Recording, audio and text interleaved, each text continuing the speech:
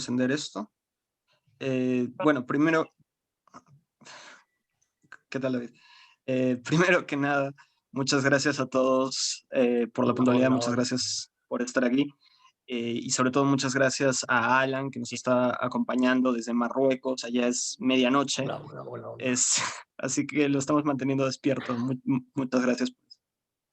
Alan Brain es el director es un director de cine y periodista peruano. Su carrera su carrera de 26 años incluye la edición y dirección de comerciales, documentales de formato corto y largo, largometrajes y series de televisión.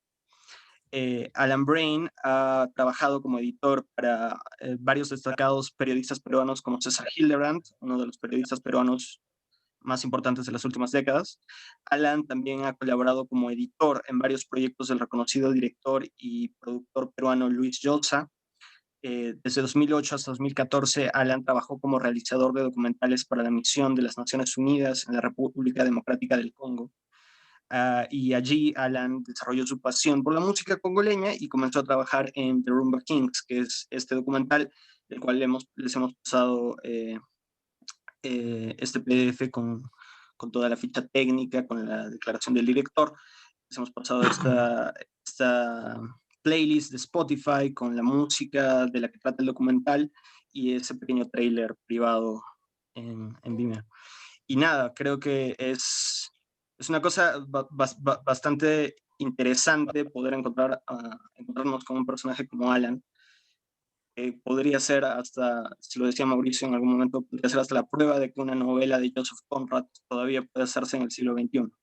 Esa edad de exploración todavía no ha, no ha terminado de cerrarse, no ha sido clausurada. Yo acabo mi presentación dándole la palabra a Mauricio para que rompa el hielo. Después de eso se abre el foro como siempre para que todos conversemos. Y nada, muchas gracias a todos y muchas gracias a Alan. Gracias a ustedes. A ver, parece que hay cosas que se convierten en ritual. Yo pensé, después de haber dicho 10 veces que por favor estemos visibles para demostrar algo de nuestra humanidad y no que somos bots o extraños aparatos computarizados, pensé que ya no era necesario puesto que se iban a visibilizar. Sin embargo, tengo que volver a la letanía. Si pueden, por favor, hacerse visibles, se los vamos a agradecer porque nos sentimos solos. Mario creo que está en la calle, entonces Mario está excusado. Mario está en la calle. Los demás no tienen... Ya, sí, no. No tienen pretexto tampoco Astrid, que quiero verla después de tanto tiempo, que no friegue.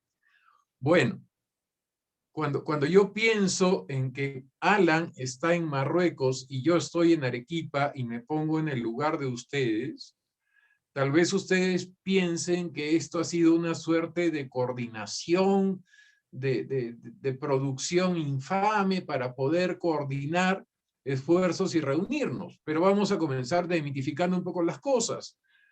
La amistad que tenemos Alan y yo es a prueba de todo, a prueba de distancia y también a prueba del tiempo, ¿no? Tanto así que, si mal no recuerdo, ya son 31 años de conocernos y de haber compartido, pero N avatares del siglo XX y del siglo XXI y también de siglos anteriores. Así que para los dos es lo más natural esta conversación. Sí. Pero Alan, si yo me pongo en el lugar de Eduardo, de Mario, de Matías, de Braulio, y pienso en la idea de un peruano que está en el Congo y que de pronto hace un documental de música, es bien alucinante. Entonces a mí me interesaba que contaras un poco el origen y un poco la historia. Vale. Hola Mauricio, hola Braulio, ¿qué tal? Hola a todos, gracias por invitarme a este foro y espero que pues podamos aprender todos algo, ¿no? Y compartir. Sí, pues la pregunta es evidente, ¿no? ¿Qué hago yo en el Congo, primero, tantos años, ¿no? y es que cómo me conecto, ¿por qué? O sea, ¿por qué me conecto?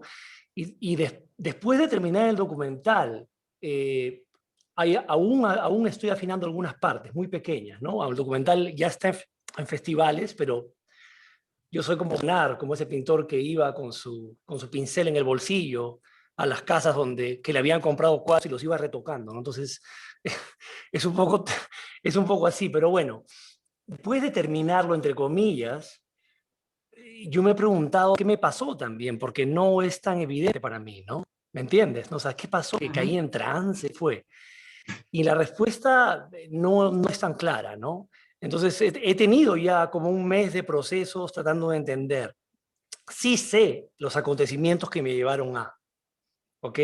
Pero no tengo claro por qué, cómo empujé el carro por 8 años, casi 9 años. Todo empezó porque, claro, yo llego al Congo a trabajar para Naciones Unidas, haciendo pequeños documentales, explicando a los congoleños el trabajo de Naciones Unidas, que es un trabajo bastante burocrático. Y poco a poco comienzo a hacer documentales del otro lado, de la vida congoleña, para que la gente de Naciones Unidas también se acerque más al Congo, ¿no? En lugar de ser simplemente una especie de puente de dinero, ¿no? Entonces, en ese esfuerzo comienzo a entrar en contacto con la cultura congoleña y bueno, en uno de esos momentos, un amigo mío me propone hacer una banda de rock que tocábamos covers de Cream, Jethro Tull, Crosby, Stills and Nash, uh, y algunas canciones de moda. La banda se llamaba The Wild Bunch, como la película de Sam Peckinpah, ¿no? La pandilla salvaje. Y yo era el cantante, mi amigo de Kosovo tocaba guitarra, primera guitarra, un amigo congoleño, Rodríguez, que ahora famoso, tocaba guitarra solo, los dos se peleaban ahí, había un guitarrista rítmico, había un trompetista, tecladista, y luego con el tiempo hicimos varios conciertos. Al año yo decido transformar esa banda de rock en una orquesta de salsa, con timbales, todo un grupo de trombones. ¿Por qué? Porque me di cuenta que los congoleños eran muy cercanos a la música tropical, a la música cubana, música latina. Se sentían más cómodos. Y el público también quería bailar música latina. Con la orquesta de rock que se llamaba The Wild Bunch, la canción favorita entre comillas, del público era Hasta Siempre Comandante. Esta canción que era del Che Guevara, ¿no? Que la tocábamos en ritmo de salsa, como una guajira. Pero bueno, entonces, la orquesta de salsa se llamaba Mundele y Esontumbaco, que significa el extranjero, que es Mundele, y su tabaco. El extranjero y su tabaco. Es el típico nombre de orquesta de salsa, pero en francés y lingala, Mundele y su tumbaco. Y nada, hicimos varios conciertos. Al final me aburrí, me cansé porque era manager y cantante a la vez, entonces todo el estrés de hacer los ensayos. Pero ahí uno de mis cantantes, un día, después de un concierto, me dice, Alan, pero ahora tenemos problemas aquí en el Congo, tú ves que no hay equipos de amplificación decentes, no hay micrófonos, nosotros teníamos nuestros propios micrófonos. Yo viajaba con una caja de 24 micrófonos y teníamos nuestros propios parlantes, propia mezcladora, porque el sonido era malo. Entonces me dice, ahora todo está así, no suena bien, pero antes no era así, antes éramos los reyes, Alan, acá éramos los reyes de África en música. Le digo, no, sí, claro que sí. 2 días después o el día siguiente, fin de semana, me da un CD, mi amigo, con música congoleña, con rumba congoleña. Y bueno, ahí empieza un viaje que no ha terminado hasta ahora. Y cuando escuché ese CD, lo que me pasó es que me conecté con la música pues, de mi infancia, ¿no? La música de mi madre, ¿no? Benny Moré, Arsenio Rodríguez, la Sonora Matancera, Celia Cruz, la Fania All Stars. Ahí empezó esta conexión con la rumba congoleña. Yo tenía mi carro, iba a trabajar en el carro, salía en la noche, como todo el mundo, por ahí a tomar un trago o al restaurante. Y entonces la rumba congoleña comenzó a meterse en mi vida. La ponía en el carro, la ponía en la casa. Y poco a poco me fui dando cuenta pues, que lo que comencé a investigar sobre la rumba congoleña en esos primeros meses, que sí era cierto que habían sido los reyes de África musicalmente por décadas, la mayoría de gente no lo sabía. Entonces, es ahí donde empieza una pequeña semillita, ¿no? Una pequeña semilla de decir, ¿y qué pasa si hago un documental sobre esto? ¿No? ¿Qué pasa si cuento esta historia, ¿no? Y estamos hablando de un proceso de casi una década, ¿no? Sí, son 9 años.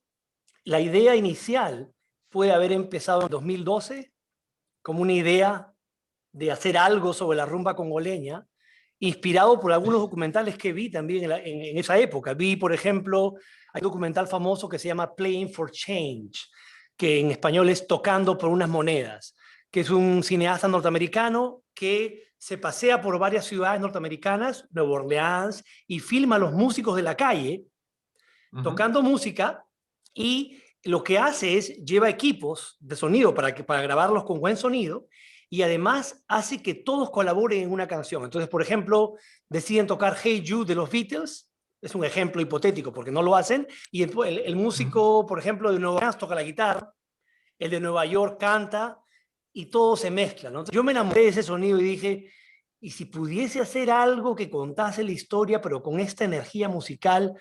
Entonces, todo eso pasó en el 2012-2013, y mira, lo he terminado en los primeros meses del 2021. Son casi 9 años. Cuando nosotros, y lo estábamos comentando un poco antes, si nosotros hablamos de documentales, un poco en el imaginario de quienes nos rodean, creo que habrían dos referencias. Una, te comentaba del trabajo de Corcuera, Sigo Siendo, que David me lo traía a colación también el otro día, y el video también acerca de la vida de Sixto Rodríguez, que algunos lo han visto acá. Me parece que lo tuyo va por otra línea. ¿Consideras que de pronto hay afinidades en cierto sentido con estas dos referencias? ¿Cómo nos ubicaríamos? Yo creo que yo he visto los dos. Searching for Sugar Man, ¿no? La película sobre la búsqueda y el encuentro de Sixto Rodríguez. Es un documental bastante único, ¿no? Es un documental musical de alguna manera, pero también es un documental de personaje, porque cuando encuentran a Sixto, él se convierte en el personaje rápidamente, e incluso es el personaje antes de que lo encuentren, porque el misterio de su desaparición es parte del personaje. En el caso de Sigo Siendo es como una especie de documental musical de autor, yo lo llamaría, ¿no? Es un documental musical, pero de autor, es decir, la música está ahí, hay espacio para ciertas reflexiones, pero Corcuera no ha querido necesariamente contar una historia clara, y eso no tiene nada de malo ni de bueno, es simplemente una cualidad, no hay que calificarla, ¿no? No ha decidido contar una historia clara, y lo que ha hecho es hilvanar una serie de ideas entre la música que decidió poner, y evidentemente hay una idea que unifica todo, ¿no? Es un trabajo ambicioso, evidentemente, ¿no? Lo que yo he hecho, yo creo, es un documental histórico, ¿no? Al estilo de ese documentalista norteamericano que se llama Ken Burns, ¿no? Que es famoso y es muy clásico, muy tradicional. Este es un documental histórico sin narración, pero que tiene un ADN completamente musical, ¿no? El ADN es completamente musical porque yo soy muy musical, y por la influencia de este documental de Playing for Change, que sonaba muy bien, que tenía mucha música. Entonces yo siempre dije, a lo largo, es decir, a ver, yo creo que espero que hablemos de eso, pero a lo largo de los 9 años hay cosas que yo he tenido muy claras y hay cosas que no he tenido claras para nada, ¿ok? Y una de las cosas que yo tenía claras era que yo quería que fuese un documental con mucha música y que la música se conectase con el espectador, ¿no? Bueno, Y yo he escuchado algo, ¿no? Evidentemente no he visto nada, estamos así como una especie de apuesta, de fe, pero la música definitivamente conecta y lo que estabas trayendo a colación de música de la época de tu mami, claro, o sea, hablamos de Benny Moré, hablamos de ese sonido tropicalón que se te incrusta, que a mí me sorprendió mucho, te lo dije, o sea, con esto no estoy haciendo un cherry para la música congolesa, no tengo intereses económicos en el Congo, pero en verdad hay una química muy extraña. Yo me preguntaba, conociéndote por algo, definitivamente tú has partido de lo musical, más allá de tu trabajo como realizador visual, creo que lo musical siempre, al menos durante buena época de tu vida, te ha marcado.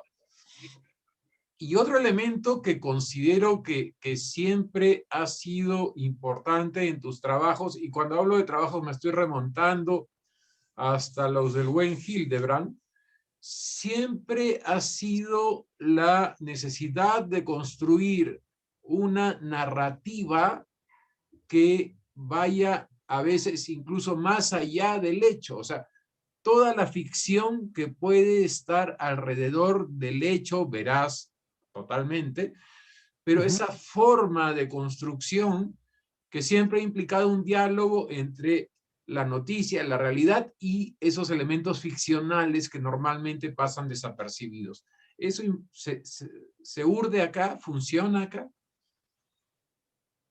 Bueno, de alguna manera, tendría que, yo lo que entiendo la pregunta y entiendo lo que has visto antes, pero es un documental, entonces yo no podía hacer uso de nada que no fuese real. Sin embargo, probablemente ahora que me pongo a pensar, he hurgado en la realidad para encontrar las cosas que yo hubiese creado si esto no fuese un documental, ¿no? O sea, por ejemplo, a ver, mira, una de las y esto no está en el tráiler, y creo que voy a traer a colación algunas secuencias y voy a narrarlas rápidamente para no estar tan ciegos, ¿no? El documental, hay una secuencia importante en el documental que narra un momento histórico en la historia del Congo. En el año 1960, lo voy a contar rápidamente, el Congo empieza su movimiento de independencia. Ellos eran una colonia belga y habían pasado varias etapas como colonia. Una etapa en la que había evidentemente esclavitud evidente y luego en la que la esclavitud estaba un poco más camuflada, pero aún eran, entre comillas, casi como eran antes. En 1960 comienzan a aparecer partidos políticos y logran finalmente que los belgas concedan una conferencia para negociar cuándo se hace la independencia. Entonces los belgas invitan a la delegación de políticos congoleños a Bruselas para que negocien el día de la independencia, y los congoleños que llegan a Bruselas, imagínense la historia, en medio del invierno europeo, que es frío, ellos vienen del Congo, en el Congo no hay invierno, hay temporada seca y temporada lluviosa. La temporada seca es un poco más fría, pero no es invierno. Entonces los congoleños que no habían viajado a Europa mucho, llegan a Europa, hace frío, se encuentran con este grupo de personajes europeos pues que no son como en casa, no hay el calor de en casa. Y uno de los representantes del Congo se le ocurre decir, oye, pero acá no podemos negociar así. ¿Por qué no traemos una orquesta de rumba congoleña para que toque todas las noches y nos alegren a los políticos, cosa que después de que negociamos, vamos a bailar, recuperamos energías para seguir la batalla al día siguiente? Y eso es lo que hacen. Llaman a Leopoldville, a la capital, y se traen a la selección de los mejores músicos congoleños, los mandan a Bruselas, y esa orquesta del African Jazz, una versión especial de African Jazz de Gran Calais, tocó casi todas las noches y para los políticos, al menos 3 veces por semana, para que fueran a bailar. Hizo 3 bailes importantes donde se celebró la independencia del Congo y compuso una canción para el evento que se llama Independence Cha-Cha. Se fue un himno panafricanista en África, un himno de libertad, no solo en el Congo, pero en varios países africanos. Entonces, eso es casi como que yo lo hubiese inventado. Pero es que yo no lo he inventado, es la realidad. O sea, es como que si en Inglaterra, en 1965, en un universo paralelo, los ingleses se vuelven independientes en el 65 e invitan a los Rolling Stones a que toquen durante las negociaciones de independencia. Eso fue los congoleños. Así de importante. Pero eso no lo he inventado yo. Está en la realidad. Pero es justamente lo que tú dices. Probablemente yo he recuperado estos hechos que parecen ficticios, pero son reales. O que hubieran transcurrido sin que uno los detenga, ¿no? O sea, pasó pues. Pero creo que Sí, claro. Yo no quiero perderme, y eso va para todos, y es otra de mis sermones. Si fuera un diálogo personal, yo llamo por teléfono a Alan y podemos conversar 4 horas. Pero como no es la idea, sino la idea es que ustedes hagan llegar sus preguntas y sus inquietudes, por favor, adelante. Ahí David estaba trayendo a colación una película de Fernando Trueba, Calle 54. Ah, sí, justo estaba pensando en eso. Esa es también, si no me equivoco, la historia del jazz latino. ¿Qué tal, Alan? Bueno, no, me interesó mucho lo que estás diciendo, en verdad. Y además, la idea del Congo, ¿no? Que por acá, o sea, puede parecer como muy remoto, etcétera, pero en realidad, o sea, yo siento que irradia a todo el mundo, ¿no? Como tú hacías la comparación también con la música cubana, Benny Moré, etcétera. Y bueno, o sea, en general todo eso tiene un ambiente latinoamericano. Incluso cuando lo escuchaba sentía, oye, pero esto se parece mucho a lo que escuchaba siempre, ¿no? Y entonces, si tenías alguna pretensión de eso, de buscar el origen de, digamos, toda la música al final, porque el rock, todo también sale de África, ¿no? Sí, esa pregunta es interesante, ¿no? Y en realidad es como que viene sobre algo del pasado, el documental, te lo voy a contar ahora, y tiene que ver con el futuro. Porque el documental en este momento, como está, y en realidad me hubiese encantado que lo viesen, pero es complicado por todos los temas de derechos de copia y todo esto, en el mundo pandémico, donde los festivales suceden en línea y no en persona, ha vuelto toda una complicación. Entonces les pido disculpas por eso. Pero en ese caso, el documental no tiene lo que te voy a contar, pero debía haberlo tenido. ¿Ok? En el documental había una secuencia, por ejemplo, en la que, y la hicimos, fuimos a Nueva Orleans. En Nueva Orleans hay una plaza que se llama Congo Square, la Plaza del Congo. Y se llama la Plaza del Congo, ¿por qué? Porque a finales de los 1800, probablemente los primeros años de los 1900, los esclavos de esa zona se reunían los domingos en esta plaza para tocar sus tambores, para cantar, en un momento de libertad, ¿no? En uno de los pequeños momentos de libertad que tenían. Y en algún momento, probablemente cuando la plaza se hizo más famosa, la mayoría de las personas que estaban en la plaza eran denominados Congo, que eso no quiere decir que fuesen del país que ahora es Congo, sino de la zona que en aquella época se denominaba el Congo, que ahora son la República del Congo, la República Democrática del Congo, Angola, y Angola también, y un poco de Benín quizás. Entonces, y ahí en esa plaza, en las mezclas sonoras que suceden en esa plaza, es donde nace la semilla del jazz. La semilla del jazz nace en esa plaza, en la plaza de Congo Square. Y está ahí, entrevistamos a una investigadora que se llama Freddie Williams, que tiene un libro muy, muy bueno sobre esto, y nos contó todo, pero al final ya no podíamos meterlo en el documental porque era muy largo. Hicimos una entrevista luego con un investigador que vive en Nueva York, que nos contaba algo que a mí me encanta, que es la mayoría de músicas latinoamericanas, típicas latinoamericanas, tienen una raíz bantú en el nombre. Bantú es el nombre étnico de esta zona del Congo. Entonces, por ejemplo, Landó en el Perú, ese ND, el ND de Landó. Rumba en Cuba, el MB. Samba en Brasil, de nuevo, el MB. El tango Igualito, el tango es una palabra congoleña, no es una palabra argentina. Bomba en Puerto Rico. Es decir, sí, la mayoría de músicas tradicionales típicas, famosas de Latinoamérica, la mayoría tienen una raíz lingüística bantú. Ahora, eso quiere decir de repente que también pues tienen una raíz musical bantú, ¿no? Probablemente, ¿no? Probablemente. Habría que investigar. Ese es yo quiero, después de este documental, eso es lo que quiero hacer. Quiero hacer un documental avanzando la idea de que África, el continente africano, es la madre musical básicamente del mundo, ¿no? De lejos. Es genial eso, nunca había pensado lo de Landó, además, porque tiene todo el sentido. Tiene todo el sentido, claro, claro que sí.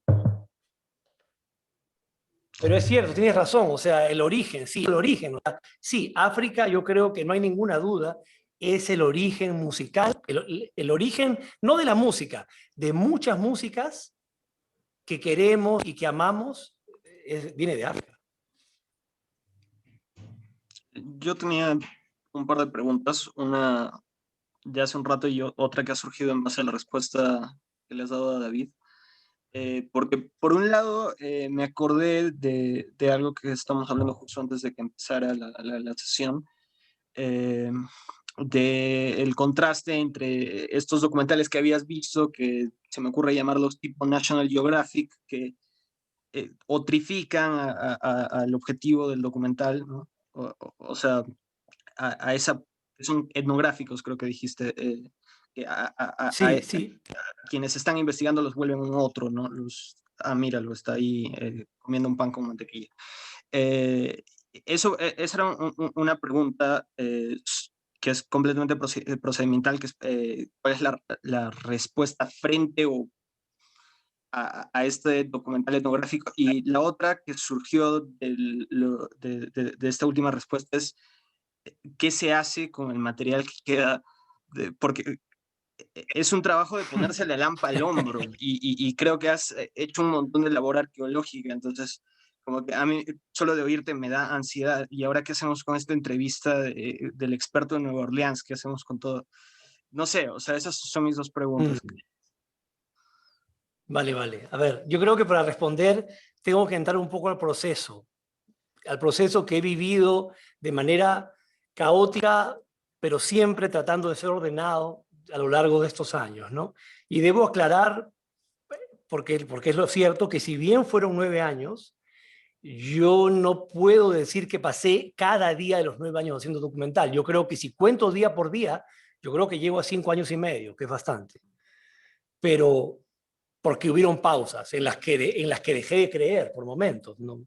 Completamente cierto, y que tuve que retomar la fuerza, ¿no? Entonces, ya entrando al proceso, yo soy muy organizado, y yo creo que mi proceso creativo tiene un poco que ver con lo que decía Edgar Allan Poe en este ensayo que escribió, que se llama Filosofía de la Composición, ¿no?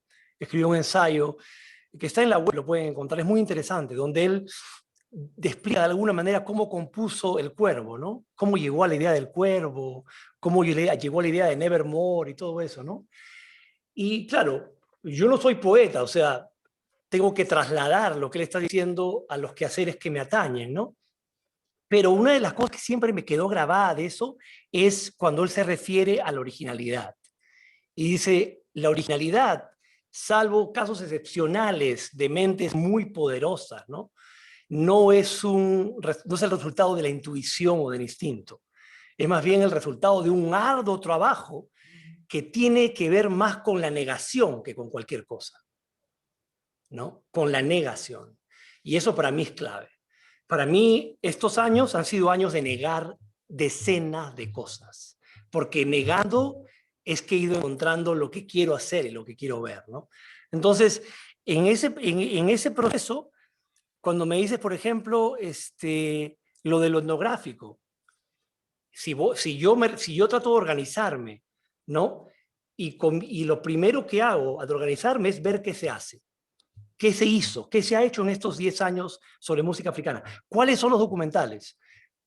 los comencé a coleccionar y tenía todos ahí, los comencé a ver y me di cuenta que el denominador común era una visión etnográfica y además con cierta compasión, que a mí me molesta.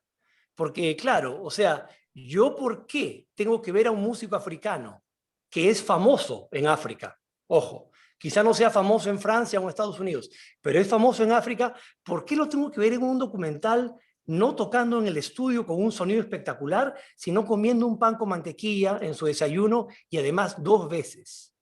Es que en realidad da risa, pero ¿por qué? Cuando yo veo un documental de Eric Clapton, yo lo veo a Eric Clapton en el estudio, lo veo firmando autógrafos, lo veo, no sé, lo veo en lugares que están a la talla de su estatura como músico. Entonces a mí eso me molestó. Y ese es un primer proceso de negación. Yo dije, es que esto yo no lo quiero. ¿Por qué? Porque no lo quiero hacer porque estoy perpetuando esa decisión. Desde mi punto de vista, la perpetúo. Y además, yo quiero presentarlos al nivel de estrellas que son en África. Entonces, la única manera de presentarlos como estrellas es de encontrar otro camino. Entonces, negando opciones, encontré el camino que me parecía más indicado, que es hacer un documental histórico en el que los veo en el escenario, tocando música y ya está. Entonces, si alguien me cuenta una anécdota del músico, por ejemplo, de Franco Luambo, que es probablemente el músico más grande de la historia del Congo, la anécdota va a estar ahí. Lo voy a ver a Franco tocando en los mejores momentos, ¿no? Y ya está. No necesito saber más, ¿no? He sido muy cuidadoso. Por ejemplo, esta es una anécdota, pero te la traigo a colación. Franco, cuando empieza a hacer música, Franco Luambo era muy flaco, flaquísimo. Mientras avanza en su carrera, se vuelve como Elvis Presley. No sé si ustedes han visto a Elvis en Las Vegas, como está todo sudando, que no puede ni tocar el piano. Bueno, Franco se volvió grueso. Entonces, yo tengo la responsabilidad como realizador de responder a la pregunta, ¿cómo es que yo voy a presentar a Franco a la gente que no lo conoce? Y puedes hacerte la pregunta con Elvis. Si no hubiese ningún documental de Elvis, por ejemplo, ¿no? Es que el primer documental de Elvis serio, ¿lo va a presentar gordo en Las Vegas sudando? No. No. Lo va a presentar jovencito en Memphis, pintó moviendo las caderas. Es igualito con Franco. Yo tenía que presentar el Franco en su cumbre, no al final. Entonces, ese tipo de cosas, a todas esas cosas vas llegando por un proceso de negación, ¿no? Ahora, la otra pregunta que me haces, ¿qué hacer con lo que no tengo? He pensado mucho, solo tengo 2 ideas. La primera es que quiero hacer esta secuela como serie documental o como documental sobre, ya no sobre el Congo, sino sobre África como la madre musical del mundo, ¿ya? Entonces, las entrevistas que tengo, que no he usado, me servirán como investigación, o si la calidad de la imagen aún se sostiene 2 años, pues las usaré en el documental. Ahora, la otra idea es más terrible y más complicada. Yo he entrevistado a músicos congoleños que ya murieron y mis entrevistas duran 2 horas y media. Yo he usado en el documental menos del 10% de cada entrevista con esos músicos. Entonces, la pregunta es, ¿qué hago con el otro 90%?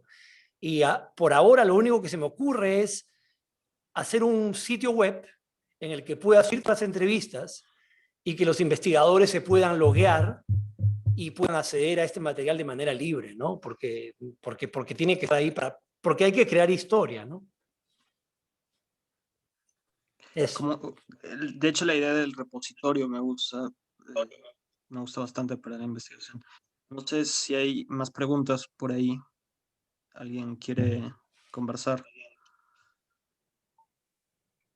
Saludar a Christopher, cosa que creo que también quiere hacer Alan, que me da mucho gusto verlo. ¿Está ahí? No sé, yo no veo a todos. Acá tengo una no lo flecha. ves. Hola Mauricio, ¿cómo estás? Hola Alan. ¿Qué tal? Buenas noches a todos. Hola, Cris. Oye, disculpen que me haya conectado un poquito tarde, pero no se enganchaba, así que, bueno, me perdí una parte, pero siempre interesante, ¿no? Estuve viendo justamente llegué al punto, llegué justo a agarrar la conversación sobre este tema de la creatividad y de cómo enfocarse y llegar al punto, ¿no? Y eso es lo que yo quería, esa es la duda que me quedó después que leí la entrevista, una entrevista que te hicieron, y que mencionabas de que en tu proceso tú primero habías hecho la investigación y el registro antes de tener el punto, ¿no? El tener el foque de a dónde querías ir, ¿no? Entonces, claro, los que hacemos, los que estamos, desarrollamos este tema audiovisual y el cine, a veces nos topamos con ese dilema, ¿no? De que al tener tanto material, y ahora que lo mencionas, que tienes horas de material, y yo sé la cantidad de discos duros que tienes, y de backups que tienes, o sea, cómo llegado el momento en que tú ya tienes un canal y visualizas tu foco, ¿cómo haces para organizar y para poder filtrar toda la información para llegar a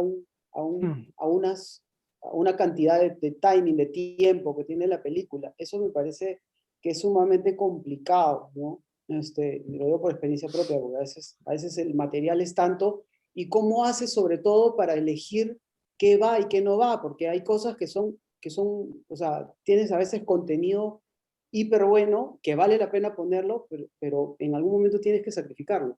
¿Y cómo haces para elegir, para esa elección, ¿no? De no poner algo, ¿no? Que da mucha pena también, ¿no? Porque sí. A ver, te cuento la primera pregunta, que me parece una súper pregunta porque es algo que tiene que ver con el proceso y que puede interesarle a muchas personas. Mira, yo cuando empecé el proyecto en el 2012, en el 2013, yo no tenía la menor idea de cuál era la narrativa del proyecto.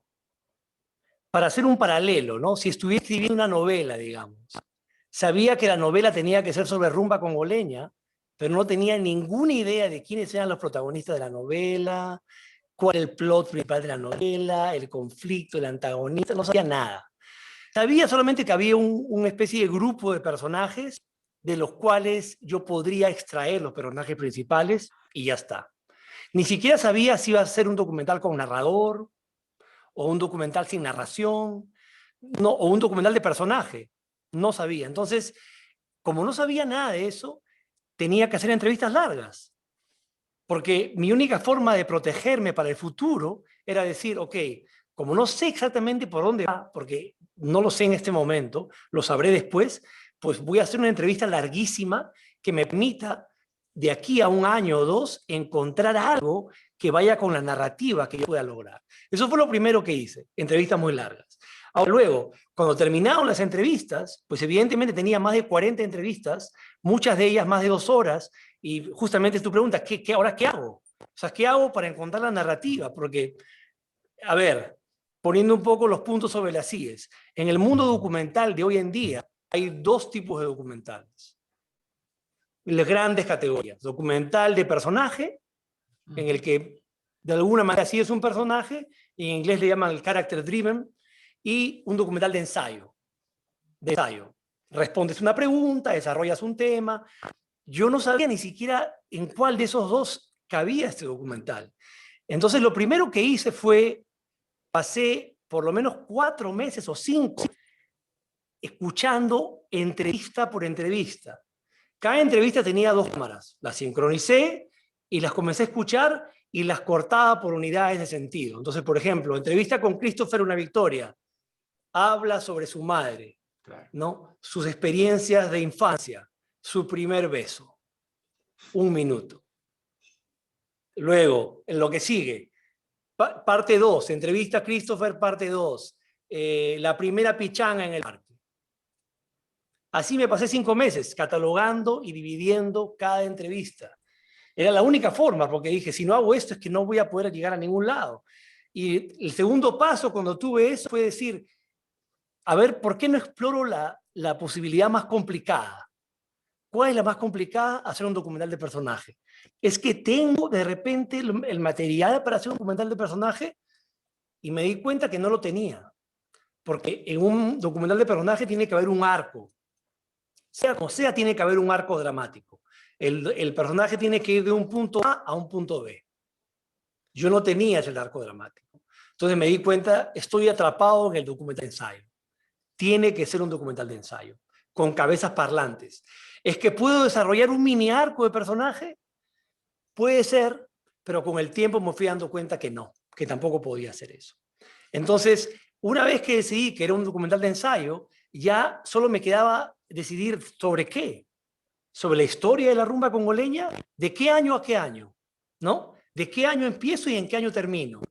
¿Qué músicos voy a tocar? ¿Todos los músicos? Es demasiado vasto. Entonces, poco a poco fui quitando y quitándole como esculpiendo un pedazo de roca hasta que me fui dando cuenta que la narrativa fue quedando más clara y me comenzó a hablar a mí mismo, que es la historia de la rumba congoleña, pero también musicalmente y socialmente. Entonces, cuando ya me di cuenta que tenía que ser así, ahí ya era evidente. Te lo digo, en los últimos 2 años, en el último año y medio, 2 años, yo ponía un soundbite, es decir, un pedazo de una entrevista, lo escuchaba y decía, no, esto no va. Clarísimo, no va. Esto sí, esto 5 años atrás, yo no sabía qué cosa podía ir o no, porque la narrativa no estaba clara. La narrativa ha ido perfeccionándose una tras otra, durante el último año inclusive. Mira, el narrador de la película es Manda Chewa, aparece en el tráiler, es el primer entrevistado que aparece diciendo que el legado de la música africana es muy importante. Para que veas lo complicado que fue el proceso, a él lo entrevisté en Kinshasa una primera vez en el 2013, me pareció genial cómo hablaba y todo, pero no me gustó visualmente la entrevista. Hice la segunda entrevista en el 2013 al final y con esa me fui a Lima. En Lima la vi, no me convenció, no me gustó. En el 2019 en Marruecos lo hice viajar desde Gabón a Marruecos y le hice una tercera entrevista en mi casa. El mismo personaje, ojo.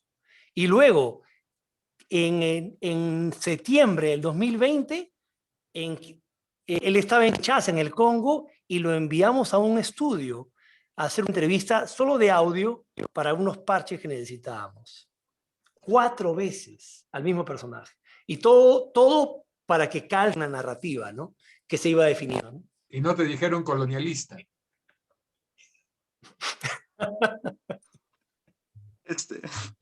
Creo que Molly tenía una pregunta. Sí, hola, buenas noches. Mira, yo realmente he visto hoy día el tráiler, he leído hoy día, ¿no? Durante la semana no he podido, pero algo una cosa que al toque me surgió en la cabeza fue que quería preguntarte sobre cómo lidiaste, si es que lo hiciste, con el peso de la historicidad. Y me explico brevemente.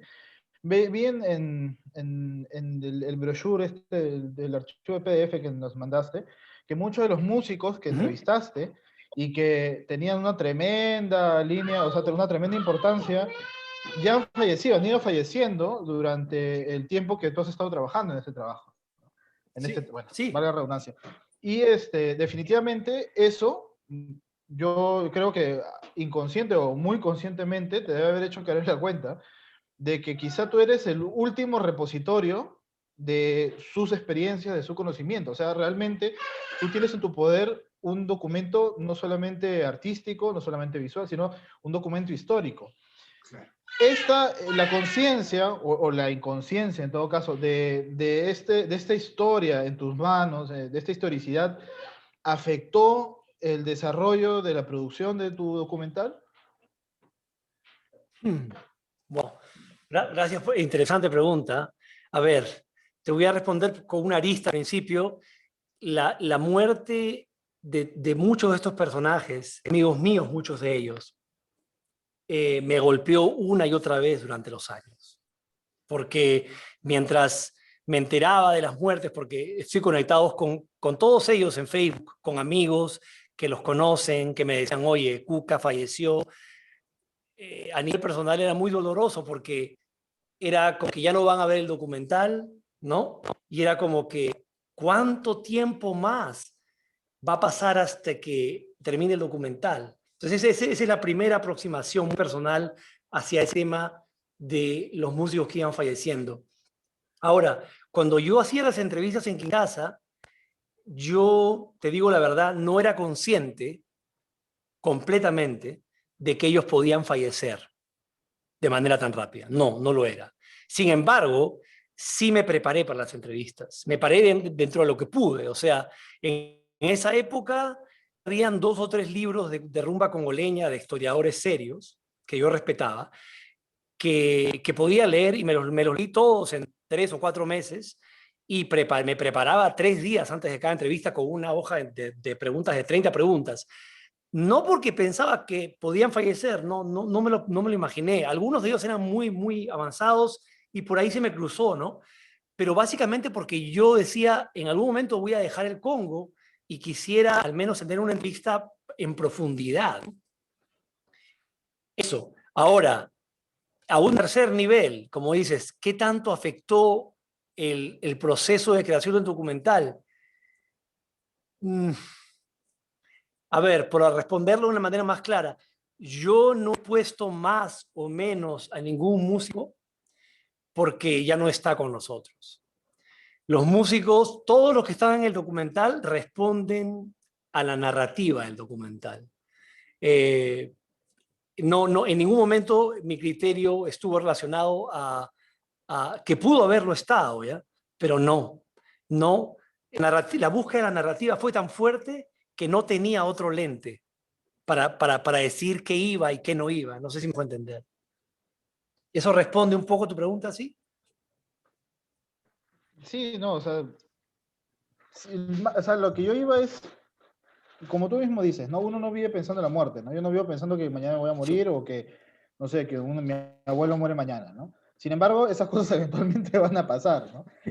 Sí, claro. Como tú mismo dices, eso te golpea, ¿no? Pero justamente más bien lo que yo quería decir es, quizá, bueno, tú me dices que no tanto en el proceso, pero en todo caso, ahora, en retrospectiva, ¿tú cómo ves a tu documental? O sea, ya, o sea, es más que un documental, ¿no? Ya es un documento histórico, ¿no? Que probablemente tenga importancia para la gente, por ejemplo, del Congo, de África, ¿no? Para los musicólogos, o sea, porque lamentablemente, quieras o no, esa es la solemnidad que da la muerte muchas veces, ¿no? Y lo último que dijo el músico tal, ¿no? Suele ser muchas veces, y quizá injustamente, pero suele ser, ¿no? Endiosado o tomado como un punto referencial, ¿no? Entonces, bueno, si no alteré el proceso, ¿cómo ves ahora tu documental? Siendo consciente de que ahora es más que solamente eso, no más que una sola narrativa, sino también aparte empieza a adquirir otras capas de significación para más gente. Sí, es cierto, sí. Yo creo que un nivel fuerte, viendo el documental ya terminado, de nuevo el primero es la tristeza, de nuevo, la tristeza de que ellos, algunos de ellos que eran amigos míos, no llegaron a ver el film, ¿no? O sea, me regresa la sensación de cuando yo me enteraba que alguno de ellos había fallecido, ¿no? Esa sensación regresa a mí y en un segundo nivel es que, claro, yo siento que el documental tiene sus méritos, como cualquier otro documental, y yo no soy probablemente la persona más indicada para decirlos, pero sí, pues es cierto que tiene probablemente un valor histórico porque al margen de la muerte, muchos de esos músicos nunca tuvieron tampoco una ventana para contar sus experiencias de manera, entre comillas, seria, ¿no? Porque una cosa es que le hagan una entrevista en un noticiero, ¿no? Y otra cosa es que esté en un documental donde están protegidos por una serie de académicos y cosas, ¿no? Entonces, sí es cierto, el documental yo creo que ya es, mira, te digo una cosa, o sea, yo no puedo revelar muchas cosas, pero en ese momento el documental tuvo su estreno en un festival en Canadá que es Doxa. Luego de eso, ya estamos en Inédito. Mañana anunciamos que estaremos en el Festival Musical Inédit en Brasil. Estamos en dos festivales de Australia. Uno de ellos es un festival súper famoso en Australia, en Sydney, estamos en otro festival en Montreal, estamos en 2... O sea, yo creo que quizás una de las razones del éxito del documental, de este éxito entre comillas, es lo que tú dices. Es que ellos lo ven también como un documento histórico, ¿no? Claro. Me parece. Bueno, ya como acercándonos hacia el final, no sé si hay una última pregunta. La idea de esto es que normalmente dura 1 hora, pero también no quiero mantener a Alan en la madrugada. Yo tengo Yo una estoy aquí, rapidez. o sea, si quieren hacer unas preguntas, tranquilos. O sea, yo ya estoy despierto, yo me tomo media Coca-Cola acá. Yo tengo una Me va a costar rapidita, más bien ir a dormir. si es que, ¿qué es lo quiero saber tu impresión respecto al tema de que mucha gente piensa de que un documental, lo más importante es ese tema histórico, pero yo quiero hablar del tema estético. ¿Qué tan importante para ti es el tema estético haciendo un balance con el tema de investigación, el tema histórico, la importancia que tiene muy aparte de cómo lo grabes? Hay mucha gente que dice, no importa que esté azul, que esté granulado, no importa, porque es información valiosa, pero ¿hasta qué punto este contenido tiene que carecer del tema estético? ¿O qué tan importante es el tema estético dentro de tu documental? Ya, mira, esa es una pregunta que tiene varias ramas. Yo te respondo diciendo lo primero que se me ocurre, que es, cuando todos vemos Netflix, ¿no? Todos, creo que aquí todos ven Netflix, ¿no? Entonces yo les hago la pregunta a todos, cuando ustedes ven Netflix y ponen una serie o una película que no es la serie en la que están enganchados, pero es algo nuevo. Por ejemplo, terminaron de ver una serie llamada la OA, el Ángel Original, y se pasan a otra serie. Y en esta serie nueva, ¿qué es lo que hace que ustedes de repente abandonen la serie en los primeros minutos? Hay varias investigaciones sobre eso y es evidente que es el nivel de producción. En los primeros 3 minutos o 2 minutos hay un contrato invisible entre el espectador y la serie y no se realiza ni a través del guión ni a través de la actuación. Eso va a jugar más adelante, cuando pasemos la barrera de los primeros 2 minutos. Pero en los primeros 2, 3 minutos es el nivel de producción. Es que todo sucede encerrado como una telenovela mexicana en 4 muros, hay exteriores, se ven bien los exteriores, se ven al mismo nivel que las otras series que yo veo. Entonces, yo comenzaba por ahí. Respuesta, ¿por qué? Porque yo siempre vi el documental como un documental que tenía que ser, entre comillas, comercial, que no tenía que ser un documental de autor ni académico. Entonces, para que fuese comercial, yo dije, ok, yo no tengo el dinero para hacer un super equipo que haga el trabajo estético que yo quisiese hacer, no lo tengo. Pero entonces lo que sí voy a hacer es, si no voy a elegir una estética, porque elegí una estética, te contrato a ti, Christopher, como director de fotografía, contratamos 2 asistentes, contratamos un escenarista, de repente un director de arte, y lo elevamos. Pero si no hay presupuesto, entonces ¿qué hago? Bueno, si no voy a decir una estética, al menos me voy a asegurar que cuando se vea el nivel de producción no esté por debajo de lo que yo veo normalmente. Para que cuando lo vean y en esos 2 primeros minutos la gente no diga, no, esto se ve muy mal, muy misio. Porque ese es el problema. Tú ves algo que no coincide con lo que estás acostumbrado a ver a nivel de producción, tú inconscientemente dices, no, esto es muy pobre, y cambias, y te vas a otra cosa.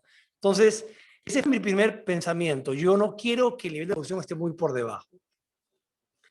Y sobre eso es que todo este tiempo ha sido así. O sea, la tercera entrevista que les contaba que hice con este personaje, con Manda Chewa, fue por un tema de producción también, porque no me gustaba cómo se veía la entrevista 2 o la 1. Quería que se viese un poco mejor, ¿no? Porque sabía que la entrevista 2 y la 1 no tenían ese nivel mínimo. Entonces, desde mi punto de vista, yo creo que un documental necesita tener una estética, definitivamente. pero está supeditada pues, al presupuesto, evidentemente. Ya en los pequeños presupuestos que se manejan en el documental, el dinero va más a la producción en general, a la investigación, a la edición, y muy poco va a la fotografía, digamos, ¿no? A la estética del documental, la dirección de arte, ¿no? Muy poco. En caso, yo la cuidé yo solo, pero sin decidir en una estética, simplemente cuidando de que se viese bien al menos, que si no tuviese una identidad estética muy fuerte, que al menos se viese bien, ¿no? Eso. Y, Bueno, ahí, perdón, Braulio, ahí en ese tratamiento estético es donde tal vez has encontrado las posibilidades que podían romper la ortodoxia del documental y generar eso que yo llamé ficción inicialmente. O sea, esos ángulos inesperados se realizan a través de la estética, como apunta Cristo, ¿no? Yo creo que sí, yo creo que sí, claro. O sea, sí, definitivamente hay un trabajo muy personal en la estética, porque hay muchas cosas que yo filmaba solo, completamente solo. Tenía un asistente y eso era todo. Entonces, hay una conexión personal, una gramática personal. Hay una gramática personal, evidentemente, ¿no? En eso, ¿no? No sé no sé si hay una pregunta sobre esto, pero quizá una cosa importante antes de terminar esto, si es que estamos cerca de terminarlo, que yo en realidad estoy aquí para ustedes, es el tema del proceso a lo largo del tiempo, ¿no? O sea, ¿qué necesitas para empujar un proyecto por tantos años, ¿no? No es tan evidente, ¿no?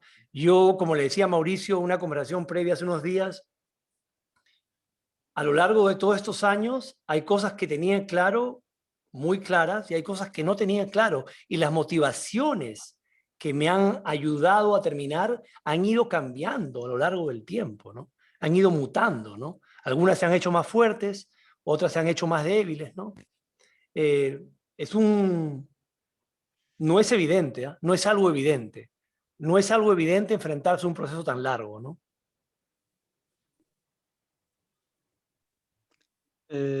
yo quería ver si por ahí Paula, Michael, Matías, que no han hecho todavía una pregunta, quieren participar. Si no, podemos cerrar. ¿Puedo hacer una pregunta? Adelante, Marieluz, adelante. Buenas noches. Hola, María. Gracias. ¿Cómo está? Muchas gracias por el material que nos ha enviado. Yo tenía una curiosidad, claro, sé que no puede revelar mucho de su documental, pero habla de un cantante que hacía las letras de las canciones al que llamaban poeta. ¿Nos podría comentar El algo poeta, más? sí, Maro. Gracias. Sí, claro, él se llama, sí, él se llama Simaro Lutumba, y es apodado en el Congo como el poeta. ¿Y por qué está apodado como el poeta? Es como, a ver, en el barrio, en mi barrio, yo crecí en Pueblo Libre, ¿no?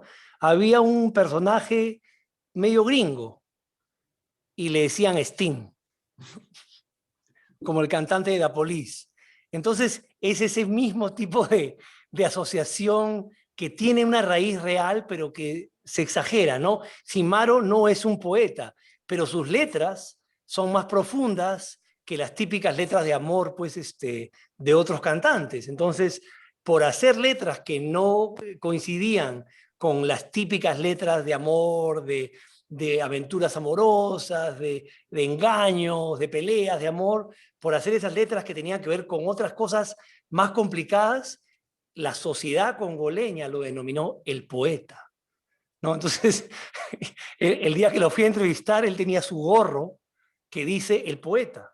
Y en el documental él sale con su gorro que dice el poeta, ¿no? Pero el poeta en ese sentido, ¿no? Gracias. Yo creo que tengo una preguntita De nada. más centrada, Hola. de repente después le hablan a tu trabajo de investigación.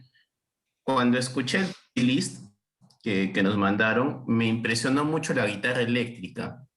de repente, por prejuicio, como que piensa música africana, obviamente el tema de percusión y como que hay algo bien claro. Pero quería así, si nos puedes comentar un poquito dentro de esa investigación, si la guitarra juega un papel clave dentro de ese ADN musical, ¿no? Ah, claro, claro, claro. La guitarra, a ver, la rumba congoleña, y creo que ahí tenían un playlist, si lo han escuchado o no, lo pueden escuchar luego, es una mezcla entre la música cubana, el son cubano, el son cubano es el padre de la salsa, ¿no? La salsa no es un género musical, es un movimiento, ojo, que nació en Nueva York en los años 60, pero lo que se denomina como salsa en Lima proviene del son cubano. Entonces, el son cubano representa una parte de la música congoleña y lo que hace la rumba congoleña es, en lugar de utilizar el 3, esta guitarra de 3 cuerdas que está en el son cubano, usa la guitarra eléctrica. Y la guitarra eléctrica la usa con una serie de patrones de repetición. Entonces, si tú escuchas la rumba congoleña, tú vas a ver que se repite una misma melodía de guitarra una y otra y otra y otra vez. La guitarra eléctrica en la rumba congoleña es fundamental. Es el centro de la rumba congoleña. No, o sea, sin guitarra eléctrica no hay rumba congoleña, olvídate. Y como tú me decías que, eso me parece importante comentar, me acabas de decir que, claro, el estereotipo de la música africana pues son los tambores, ¿sí o no? Es cierto, ¿no? Los tambores. Yo te digo una cosa que es locaza. Cuando yo llegué al Congo, en el primer año, probablemente en el segundo año, que me comencé a conectar con los músicos congoleños, músicos jóvenes de tu edad, que tocan guitarra, que cantan, muchos de ellos no conocían a los Beatles, no conocían a los Rolling Stones, no conocían a Neil Young, o no conocían a Oasis, a Blur, es que no conocían. Yo viajaba con en esa época no había tanto USB, pero ya teníamos una laptop, yo viajaba con estos folders gigantes, con discos con música, discos CD con música que yo mismo había quemado y los regalaba.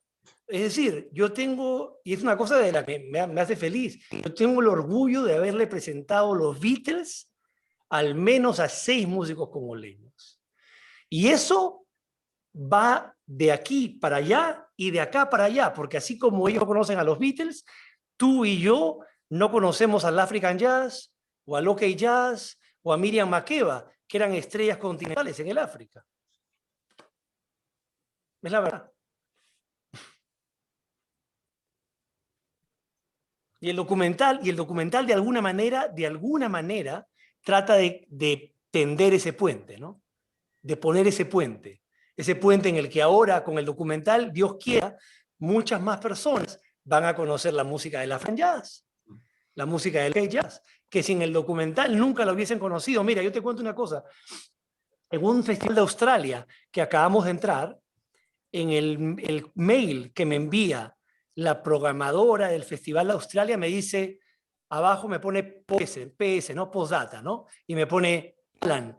Y gracias por haber participado. Ahora, cada vez que subo al metro, escucho la música del Dr. Nico. Increíble.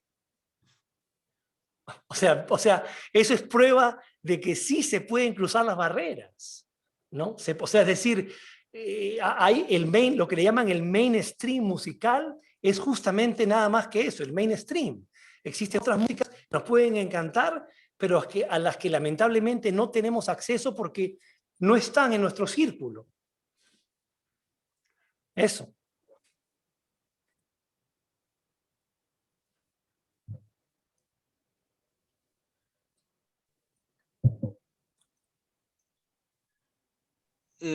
Creo que yo tengo una última pregunta, pero es casi práctica, que es ¿cuándo lo vamos a poder ver en el Perú? Porque ya nos has dicho que aparece en Brasil, aparece en Sydney y ha aparecido en Canadá. Hemos postulado a ver, normalmente la carrera de un documental, ¿sí o no? O de una película es la misma siempre, ¿no? A menos que sea una película de un estudio gigante como el Columbia, Fox Studios, ¿no? Si es una película independiente, el camino es el mismo. Festivales de cine por un año, mientras la película agarra tracción, ¿no? crea una especie de grupo de seguidores y por ahí pues un distribuidor decide comprar la película y la pone en Netflix o en Amazon Prime o en Hulu o en la televisión. Entonces nosotros estamos en la etapa de festivales ahora y hemos postulado evidentemente al Festival de la Universidad Católica, que va a dar su veredicto en 20 días más o menos. Yo sinceramente, sinceramente yo no creo que seamos seleccionados. ¿Por qué?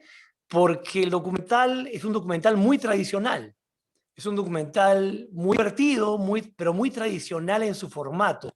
Y yo creo que en Latinoamérica aún existe mucha tirria contra lo tradicional en el cine. Y más bien se busca lo vanguardista, ¿no? Hay un amor, yo diría, exagerado por lo vanguardista, ¿no? Es un tema interesante también para conversar. Hay un amor exagerado por lo vanguardista y hay un desdén muy fuerte contra lo tradicional. Al menos en el tema documental. En el tema ficción quizá no sea tan pronunciado, pero en el tema documental es muy pronunciado. Entonces nuestras posibilidades de entrar están basadas, para mí, en los logros que estamos obteniendo, que quizás por ahí digan, oye, este es un director peruano, mira todos los logros, deberíamos hacer algo, ¿no? Pero yo, de todo corazón, tengo muy pocas esperanzas que elijan el documental por sí mismo, porque es muy tradicional para ellos, es muy tradicional, ¿no? Es una estructura muy tradicional, ¿no? No tiene un narrador, como una voz en off, pero pues es muy tradicional, ¿no? Y sí, últimamente creo que no está mal, porque no son malas películas, pero últimamente el estilo de documental Mari Jiménez es el que sobre todo sobre todo gusta en el circuito de la Católica, ¿no? Me va a pegar Edward Ibarra. Exactamente. Me va a pegar Eduardo Ibarra, me va a pegar Paolo, porque Paolo también trabaja, Paolo Tizón también trabaja. Eso no importa. Bueno, pero O sea, porque ojo, hay que decir la verdad, o sea, a ver, tampoco puedes atacar a los festivales porque los festivales igualmente pues quieren avanzar el arte del cine, ¿no? Y para avanzar pues deberían ser vanguardistas, o sea, hay excusas para la manera como ven las cosas. Sin embargo,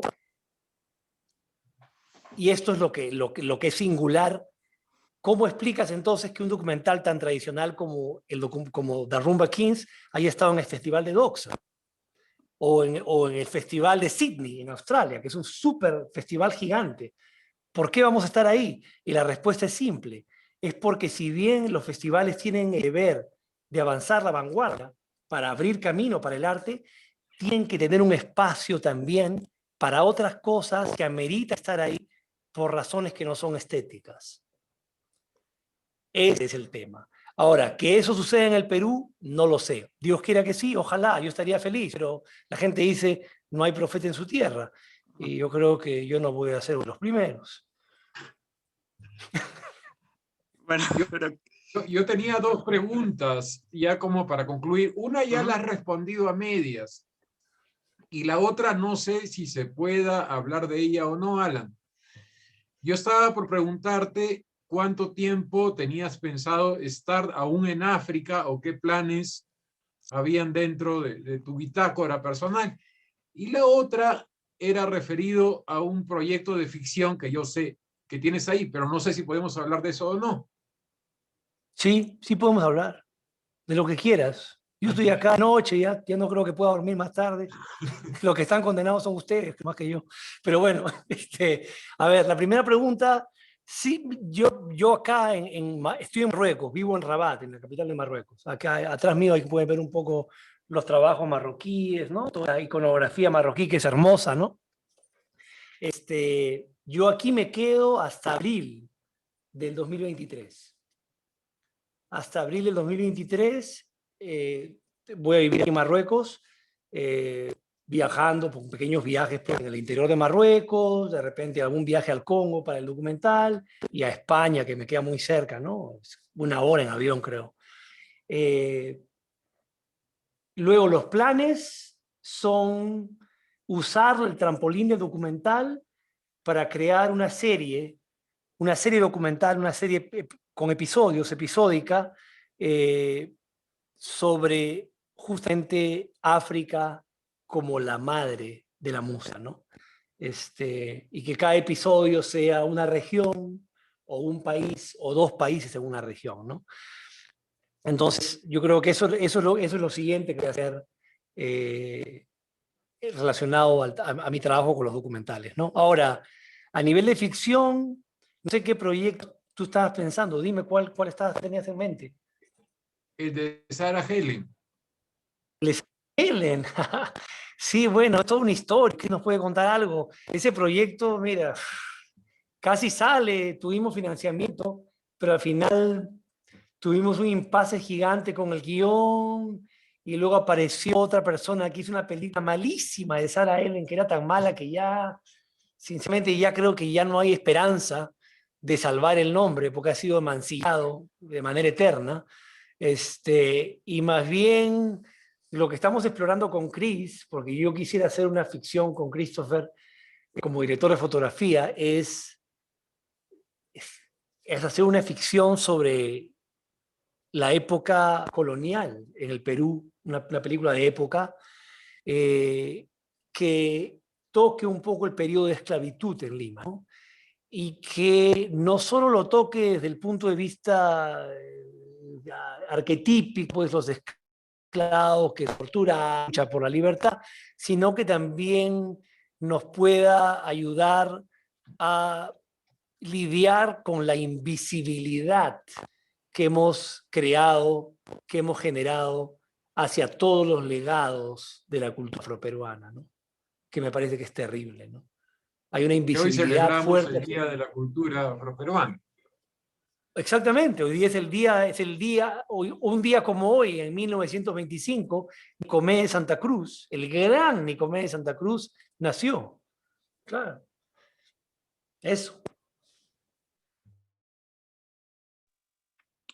Bueno, a los Ojalá que salga, ojalá que... Perdón, creo que te interrumpí.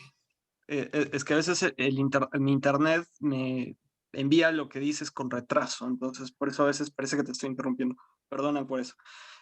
No, no pasa nada. No, tranquilo. Dejé en el chat el Spotify con el playlist, el soundtrack de la película. Para los que no lo han oído, de todas formas también lo tienen en el mail que envié. Y nada, agradecerte una vez más por ser la causa de tu insomnio, agradecer a Mauricio y despedirnos. Muchas gracias. Gracias a ustedes. Espero que Bueno, vaya voy a bien. seguir agradeciendo, pero ya lo sabes. No, gracias a ti, hombre, por permitirme compartir con ustedes y nada. Para todos aquellos que estén haciendo proyectos y que les cueste creer en lo que estén haciendo, hay que seguir adelante nomás. O sea, lo más complicado es ponerse a hacer las cosas, como dice Woody Allen. Lo más complicado es aparecer y hacer. Lo demás va a salir. Ya hay que aparecer ese día. Tienes que sentarte a escribir, tienes que sentarte a investigar. Empieza sentándote, al menos. No te compliques la cabeza con todo lo que viene después. Empieza por lo primero, que es esa disciplina de hacer las cosas que tienes que hacer, ¿no? Eso, ¿no? Yo creo que es importante tener disciplina, ¿no?